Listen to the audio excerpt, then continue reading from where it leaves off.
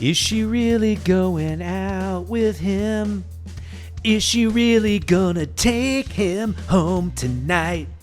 Elvis Costello. I don't know why I got him in my head, but I was looking at you today, Jen, and I was thinking to myself, my mind don't deceive me. There's something going on around here.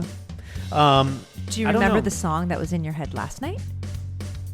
Oh, it was like Four Non-Blondes or Nope. something you put in my head. Oh, three Dix or not Dixie Chicks. You're close. Come on, you can do it. Wilson Phillips. Yes. Oh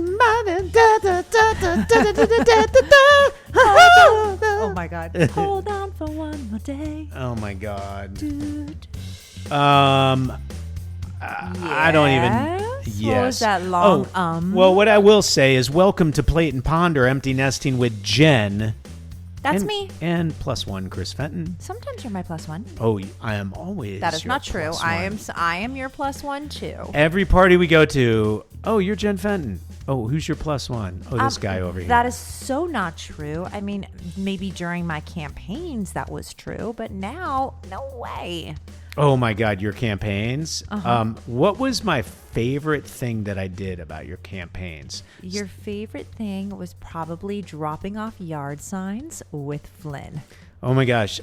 All I got to say is stop telling me to but I turn think- down the but music. people are done. No. People love the vibe. I actually have not seen one comment that's like, oh my God, I love the way Chris Fenton plays the opening music. Kazakhstan loves the music because they don't get it over there. Oh, okay. So it's like Footloose there? Well, I will say it would be really cool if we could get into Iran because those people need some Plate and Ponder, I gotta say. Do you really think that our 30 to 40 minute banter is going to change their lives significantly? Because they need some real change there. I could use some of the vibes from that, like really like gorgeous, sort of rebel girl who is lighting the cigarette with the Ayatollah's like poster or whatever. Like that's such a interesting. It's definitely some interesting propaganda. It's very interesting. Well, is it propaganda or is it real? I mean, I think that's See, you guys, how loud is that? I am telling you, I will bless you. Let me say that first. Thank you But for blessing me. How loud is that sneeze? That is my daily reality. I literally felt like I snorted in red pepper flakes. I don't know where that came from, but oh my God. I'm sorry. Maybe it was just talking about Kazakhstan? Iran and lighting a cigarette with a Ayatollah's poster, I guess. Not sure the correlation, but cool. Anyway, whew, that was a heck of a sneeze. You okay? Do you need to regroup? I'm okay. I think I love this podcast because I know you do. What people don't understand is that to do this podcast, we have to actually come up with serious subjects that we want to talk about that we actually know something about. So, and I actually don't know a lot about a lot of things. I just do research. You know a lot about a lot of things. You are sort of like the jack of all trades. Well, I think none of us want to sound like Cliff Clavin from Cheers, right? Like we don't want to sound like know-it-alls, so we try to stay in certain lanes. But there's just so much going on, and it drives my. I do want to try to shut off lots of systems that I'm paying attention to, whether it's the television, whether it's social media, whether it's the newspapers or the websites or whatever, and just go, okay, silence. Because I've actually heard that if you shut off all of your senses when you're reading, you can go from 200 words a minute to 900 words a minute when you read. Huh. That's interesting, right? Yeah, that is pretty By the way, interesting. speaking of which, you keep talking because I'm going to turn off the Iranian conflict, which is on our newscast in the background. Okay, can I just read to you an email that I just got, which is Yes, I'm probably listening. relevant to very few of our listeners, but it's actually really relevant to me. I just got an email that says an update on Bergdorf Goodman. For 125 years, Bergdorf's has stood as a New York landmark devoted to the highest expression of luxury. We've been privileged to serve discerning customers like yourself. Thank you. And in that responsibility in mind, the Bergdorf Goodman's parent company, Saks, recently took the voluntary step of filing for Chapter 11. Okay, first Barney's, and now this. I am very upset. Can I just say that for guys that are there's different levels of guys, I guess, in terms of what we migrate towards as animals, as people of the sex of male, which Shopping, means not one of them. born as a male, right? And sports are really big for a lot of us. Is that because as a hunting, kid, fishing? Can I pause for a second? Is the sports big because we want to be gladiators and we want to kill each other in a massive pit of death? But we also have gotten soft over the years. Okay. Or over the century, or over the millennials. Okay, so do you consider shopping at Bergdorf's soft? So what I was going to say to fellow guys that have experienced Bergdorf's with your wife is... It's wonderful. No, that actually wasn't going to be what I was going to say. I was going to say that...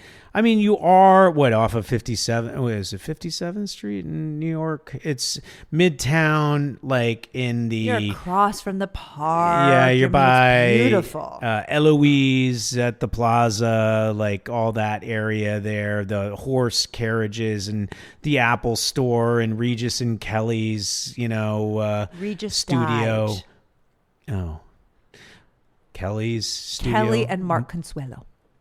Or Michael Strahan. Nope, Michael Strahan is no longer on anymore. It's Mark Consuelo. Jerry O'Connell. Jerry O'Connell is no longer on. It's Mark Consuelo.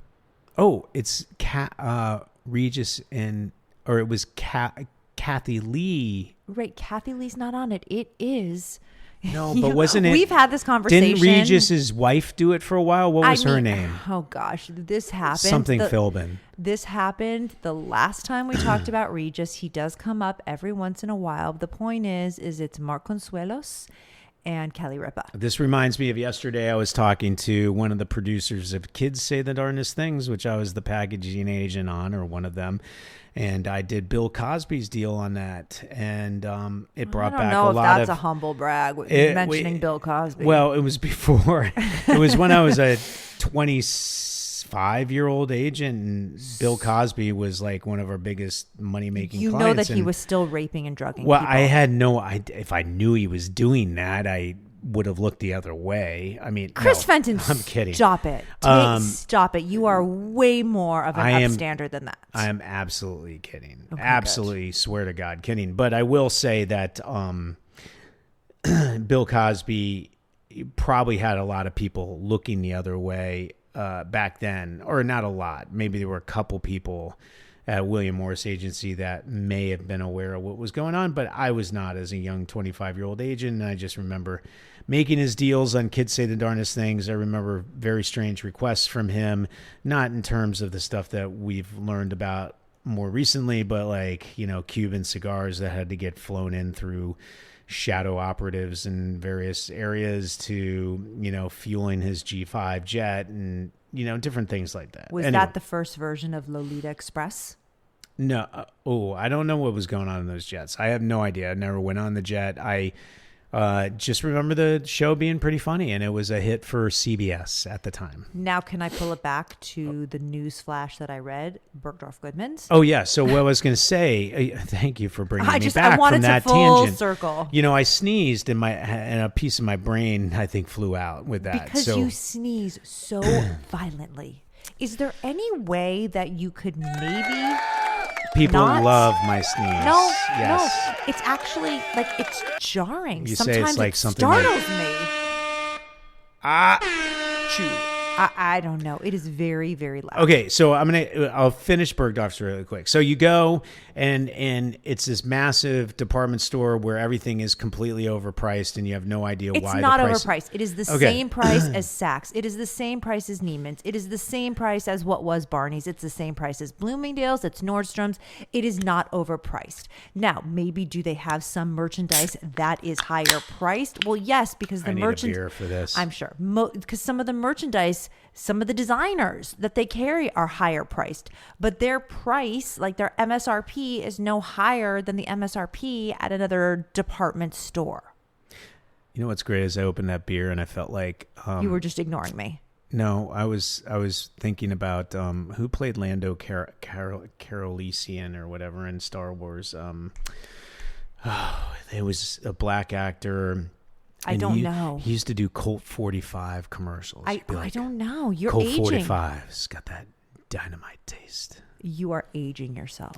Anyway, I'm not having a Colt 45. It's something a lot less bland than that. Although a Colt 45 would be pretty good right now. Do they still sell that? Well, they used to at Bergdorf's. Not a Colt 45, but a bubbly version of like some Prosecco or something like that. But what was interesting is all the wives would go through Bergdorf's and I'm trying not to stereotype or whatever, but like it was like hunters and gatherers. So you had the gatherers, which are the wives, going through the store, like finding deals and grabbing different knickknacks. I don't know if there's deals. I just said it was overpriced, and you told me it was all good deals. No, I didn't actually say any of those words. What did you say? If you were listening, I was listening. I did not say I was any hearing. Of those words. I was just saying that it is not it's not overpriced, meaning the In item, terms of what? the sweater that you pick up at Bergdorf's, if it's sold at Saks, at Neiman's, at Barney's, at Bloomingdale's, at Nordstrom's, it will be the same price. So it's not higher priced. What if you bought it in Xinjiang province? Where Well, I it don't. was made? Would it wow. cost the same back there? Well, that is your China territory, Rain, and you can explain how marketed goods are sold and how they are priced, and you can talk about that. That's not my lane, so I'm going to pass that back to you.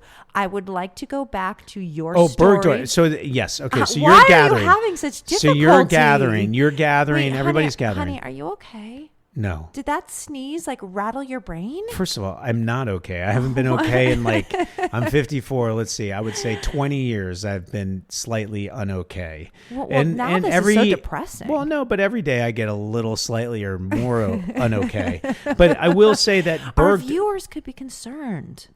We don't have viewers. We have listeners. Okay, our listeners in the 33 countries.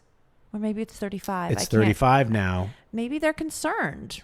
I got to say, there's a couple countries I have had to look them up, and I was like, oh, I didn't realize that was a country. So somehow, Bergdorf's. No, I think we're on pirate radio somewhere or something, Okay. But anyway, yeah, we got to monetize those people better. But Bergdorf's, they have a bar. Okay, the bar is. Are you sure you're not thinking about Neiman's? No, it was Bergdorf's. I remember sitting at the bar there. I'm sorry. They had a bar that was like on the 7th floor around the Jimmy Choo's and Manolo Blahniks and all that stuff. And I remember seeing other guys there. In fact, I remember at the Chanel store in Paris, there's also a bar. And I sat next to one of the biggest guys I'd ever sat next to. And he's just like, dude, you're here with me. Like, you guys are drinking and having your macaroons. I just wanted to go to the Eiffel Tower, and here I am at Chanel. What am I supposed to do? Like, I'm like, dude. Oh, this is like, hey, can we get a flight to the biggest shopping mall in the world? It's Paris. My favorite. Yes. Well, I love it too. But it does cost a few bucks when the gatherer starts gathering.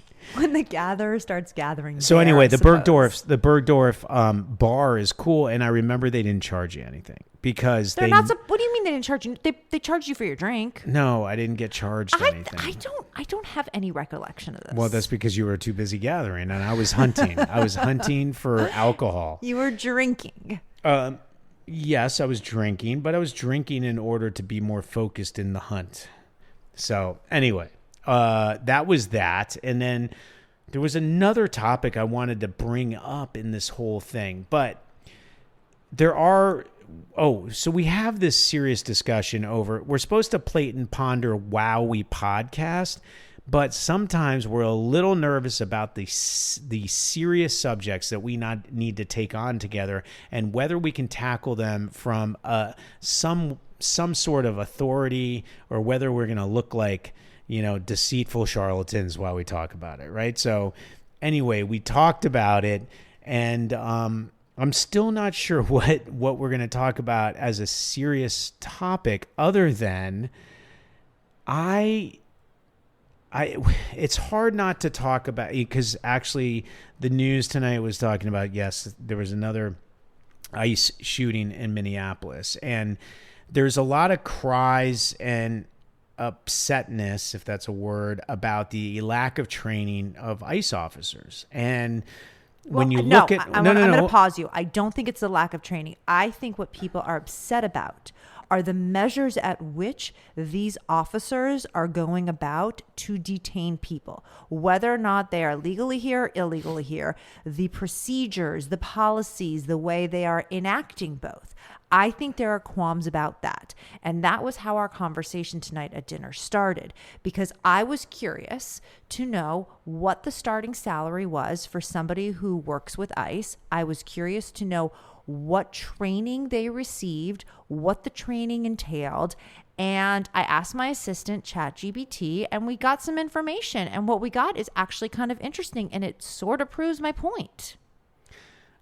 I think well, first of all, tell me how you really feel. And you're 100% right. And then we did have an interview with an ICE officer. I asked him, so how well trained are you?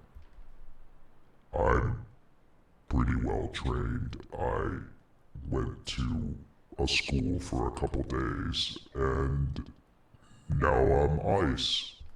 So by the that way, was he's like, actually, I know he's joking, but he's not all that wrong, because, officers do have to go through training. They have to go through training that is consistent, because it is a federal program, not a state program. And it's done, where did I say it was done? In Georgia? Yeah, Georgia. In Georgia. And what we found out is that the average ICE officer makes, oh gosh, now I'm pulling up my notes, bear with me. I think what it was like 40 50? to 70,000. Maybe. But depending on seniority and where they live and stuff, they could make as much as like 150. But I think, all kidding aside, law enforcement is a very important part of society. I think where we have major issues, and there should be very open public discourse debate about the laws that are in the books that law enforcement are essentially trained to enforce. Now, take that away. Like, I'm not talking about the laws. I'm not talking about how upset people are about immigration and all that kind of stuff. Let's just break it down to the one argument of what happened to this poor lady in Minnesota, a very tragic situation that was probably partially, first of all, whatever the tactics are to enforce the law, yes, let's agree, they're probably more aggressive than they need to be. But then what spiraled out of control ended up becoming a death because likely lack of training. Right. And the lack of training is because there is a reduction of about 8 weeks based on recent administrative changes that these agents are receiving. That is 47 days. That's like saying a doctor who is in medical school or completing the residency missed the rotation on brain surgery, yet they're fully capable to go in and operate on a brain. That's messed up. 47 days. That is an extensive amount of training, whether it's on the field or watching videos or doing sort of like role playing, that these agents could have benefited from. I'm 100% with you on that. I think if you take that and you break it down to just economics and supply and demand, we obviously have a illegal immigration problem that's gotten out of control. It's not the first time it has, and I think there is a reason to enforce laws to an extent for a certain amount of the people that are here illegally, right? There's a demand for that, right? There's a certain enforcement that has to wait. Hang on 1 second. There's an enforcement that has to happen for hopefully a logical amount of demand for that enforcement that the majority of Americans would support. Okay, like forget about the extra immigration enforcement that's going on that's very controversial, blah blah blah. But here's my point: is that there is a demand for enforcement. The supply of enforcement officers has been diminishing, and the diminishing part of it is because, well, there's probably a variety of reasons, but a big one is who the heck in their right mind would want to be an ICE officer now when ICE officers have been labeled Nazis, have been labeled, the Gestapo, just all these different terrible words. Now, by the way, there's certain behavior that probably warrants it, but they are law enforcement officers. We're supposed to have respect for them. I just think if they don't respect other people, I mean, I get what you're right, saying, but we're Chris. probably not getting the cream of the crop. Like if our so son that said, warrants right, reducing training by 47 no, days. I just think they have such a need and a demand for ICE officers that they have to rush them through. Then pay more. I don't know what to say, but reducing Yeah. training is not the answer. And I don't know these people's files. I don't know hiring. I don't know how well they did in training. Did they get an A+? Did they get a C-? I don't know. But just because there is a demand does not mean we should be reducing the training that is required for these agents to go to the field. I then ask the question to you. Well, in a way, just really quick, Okay, in a way, I mean, I can see that point of view where you say, hey, look, if we don't have the supply that's properly trained, then let's put a hiatus on enforcing until we do. Well, right? I'm not saying we have to put a no, hiatus, but I but could how about see we that do it? argument. But I could see that. Look, this is something that is like a bee in our president's bonnet. It's a platform that he ran on. It is something that he has held his guns to. So fine, we're stuck with it, but I think that there are better means of enforcing it. I think that there are different procedures, different policies, different approaches. What we are seeing it's atrocious. I'm sorry. I'm not saying I don't even know. I know where you're going on this because I'm walking a fine line. What we're trying to do is have a civil discourse conversation about this without taking political sides on it. I mean, all I can say is the biggest part that I can make a statement on is immigration laws need to be modified and improved. They're just whatever's on the books is not working. We need a path to citizenship. We need empathy. We need sympathy. We also need to enforce laws that are sensible. And we need to. That's the root of the problem. We got to get that fixed. And then once those are fixed, then there needs to be enforcement of those laws in a civil, appropriate manner. Like we're not, some sort of dictatorship country, but there needs to be enforcement, and those enforcement officers need to be respected by society. So that does mean in order to be respected by society, you should be well trained. You should be behaved and respectful as a law enforcement officer and enforce the laws in a way that is lawful and is, constitutional and in a way people expect. But we need reform at the illness level, not at the symptom level. Well, that's an argument you make, but I want to bring it back to our dinner conversation because there were two discussion points that I think are worthy of repeating. The first one is, do you think there was a decrease, and we learned there was in fact, of police officer, just law enforcement. I'm not talking ICE. I'm going to do a generic law enforcement category. There was a decrease of recruitment after George Floyd and Black Lives Matter. We saw There that. was, There 100%, absolutely but was. it was But also- it wasn't just because of George Floyd and Black Lives Matter. It was There because was- of an overall tenor in the country towards law enforcement. That's for sure. not, but that's not the only reason. And No, I that's think not the only reason. But I would say, like we just mentioned it earlier. Like if Dylan that Dylan was gonna be called my us up second and point. said, "Hey, after I graduate, I want to become an ICE enforcement officer," Sure. that would be What would you say? I would. Well, he is a contrarian, so I wouldn't be surprised. But would you?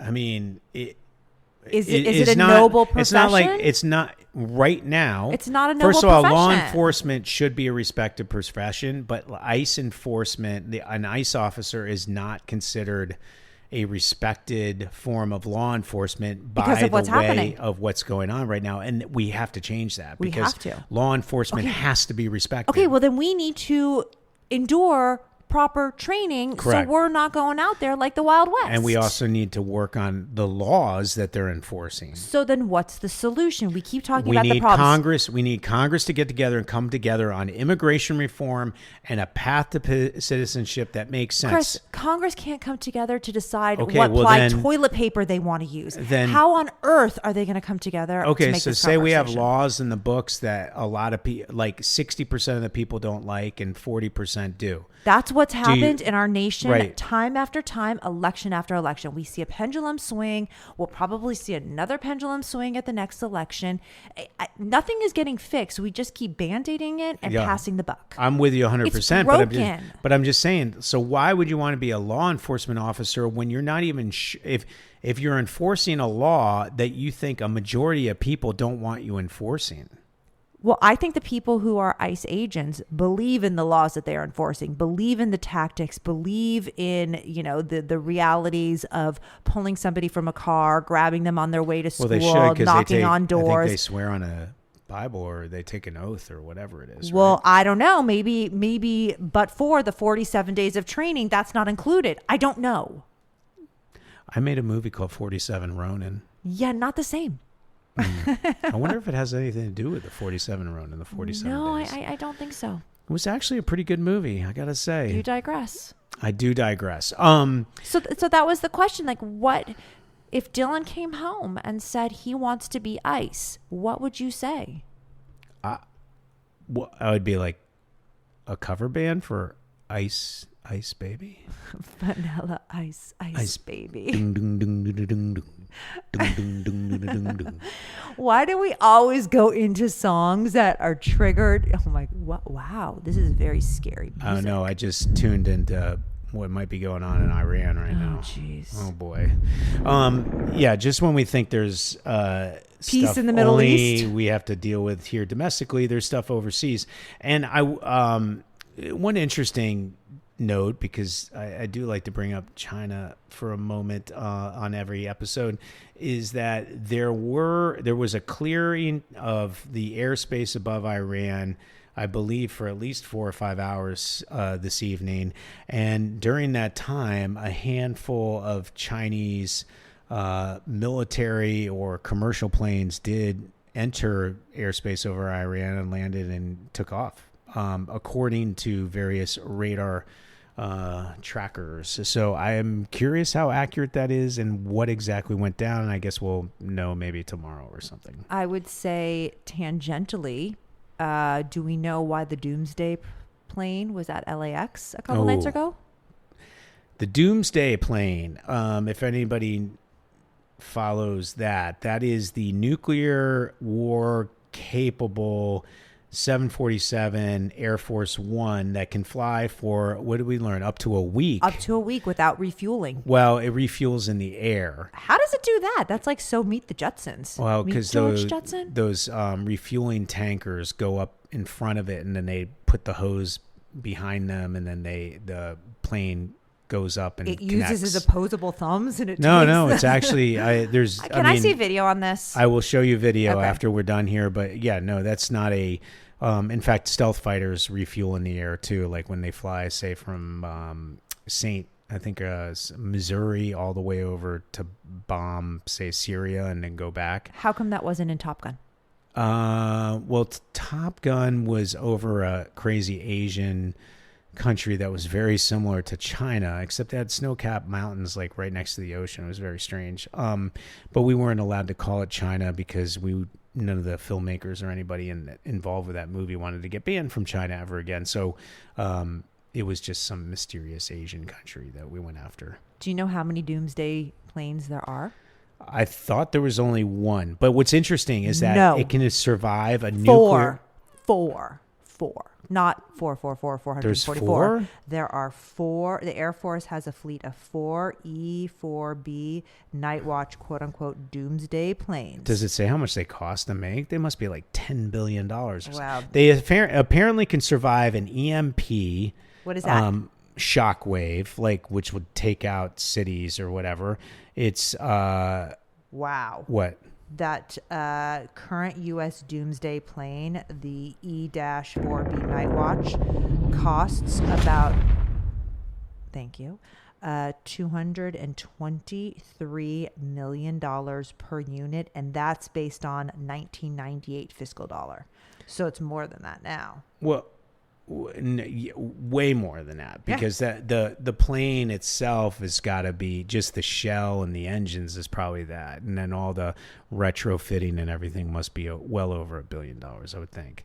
It costs $160,000 per hour. Yeah, for an operating cost. It burns a lot of fuel. It's probably very, very heavy. But anyway, for the first time, I believe ever, one of those landed at a commercial airport, and guess which one it was? The one 10 minutes away from us. Yay, LAX. Woohoo! And what does that mean? Like, does that just mean that we're all going to die and we should start playing It's the End of the World as We Know It again? I think there's a lot of saber rattling going on to just show the might of the United States of America. Why right? in California? Why in Los Angeles? Why in, because the South Bay? Guess what? We're a very loud metropolitan area. No, you're loud. Well, i.e. your sneeze. Yes, I am loud, but so is the Hollywood ecosystem, the media ecosystem. You really think Trump had it land at LAX as like a look at me, look at the toy I have? I think having done a conference last week in Germany about soft power and propaganda. But soft power and propaganda and the use that Pentagon and CIA has for that and all the different devices they use, I would say they're a very well-trained, not 47-day trained, but well-trained experts in the space of how do you saber rattle, how do you make a statement, how do you win wars without ever firing a bullet. And if you're trying to showcase what you can do capability-wise during a nuclear war with no less than 4 of those planes that can command a whole military without having to refuel for a week, it's a pretty interesting display to do it in the loudest, arguably, city in the world. The most... you don't think New York is? Well... I mean, I don't even know if you could land it at any of the airports. Newark, JFK... I mean, sort of LAX airport is sort of right in the middle of the city. There's a lot of people plane spotting and checking, what's especially as you there. get off that 110. Yeah, that exit takes off right over the ocean. Everybody's paying attention to all the planes. It's sort of like a great plane spotting type of airport. So is it all pomp and circumstance? I think let's look at the Venezuela raid. I mean, they somehow leaked this Venezuelan military commander who happened to survive, even though 400 or 500 everybody else died, and he survived in a way where he was able to explain exactly what he saw happen by these 20 SEAL team soldiers that came in and wiped out 400 or 500 soldiers, and none of them were hurt. And apparently they used some weapon that when it went off, it made some sort of a sonic, vibration or something that paralyzed everyone so they couldn't move. And then they were just all shot on the ground or something. It was a crazy story, the way he told it. And I think it was intentional. This is propaganda. Well, it was intentional. Well, and by the way, if it's propaganda, I'm glad it's coming from the U.S. because that's where we live, and we're, but it's not right. God, where do we start? There's a lot of not right out there. There's a lot of right though. Our kids are back at school having fun. We're empty nesting. You know what? It's almost their birthday. This is going to be the first birthday that we are not spending with them. And I know we have just gone. I won't be at Sandstorm, the lacrosse, the La Crosse, California extravaganza that happens in the deserts. And I acknowledge that we are going so in the opposite direction as we talk about Minnesota ice, as we talk about, Venezuela, as we talk about the doomsday plane. I understand that.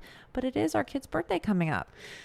It is. And, one of the things that we vowed about talking about serious subjects is that we were going to banter and have a lot of fun leading into serious subjects. We're not always going to be able to solve the problems that the serious subjects debate between the two of us. As you saw, I don't know if we achieved anything in talking about some of that stuff. But I feel like we talked in circles. We brought to light various issues that probably need addressing. Well, I mean, we had a conversation about it, which I don't know, a lot of people do. So I'm glad you and I were able to conquer that this evening over some homemade chili and a lovely chopped salad. That chopped salad and that chili was ambrosial. I make a good chili. And if you don't know what ambrosial means, it means like the food of the gods. Oh, thank you for that lesson. But I will say that there's a lot of things to be thankful for in this very chaotic world. I saw some quote today about how sometimes it takes centuries for change to occur, and at other times it takes days or something like that. It was something like the amount of change that it takes centuries to do can also occur in a matter of days or something crazy. I like the quote that you said, you want to become the man your dog thinks you are. I like that one better. I want to become the man that my wife thinks I am. Oh, I do hold you in high regard. I mean, sometimes you annoy me, i.e. when you sneeze so loudly. I don't mean to do that. That's like something that... I think we can work on this. Well, I will say that some of the strife in the world right now is happening in the Middle East. And when I think of the Middle East, I sometimes think of movies like Indiana Jones. So I think we'll close it out with like an Indiana Jones type of theme song. I sort of picture him like running from that big boulder, which, by the way, the big boulder at whatever theme park that was did dislodge, and some worker had to try to stop it. Did no, you see you're it? lying. Another video I'm going to show you. But the poor guy, it was going to go right. It was like the Indiana Jones show, and it rolled right into the crowd, and this guy went and saved the day. He got really hurt, but the crowd survived. Oh, my goodness. And it makes for a great video. So I will say, on behalf of Jen and Chris Fenton, the +1, we wish you all a fantastic week. And please solve some of the issues that we have addressed, at least, or brought to top of mind tonight. Have a good night. Bye. We are Plate and Ponder, Empty Nesting with Jen and Chris Fenton. Please follow, download, listen, review, and talk about us to everybody you know in the other 200 countries that we're not listened to yet, because we're only at 35. Till next time, bye-bye.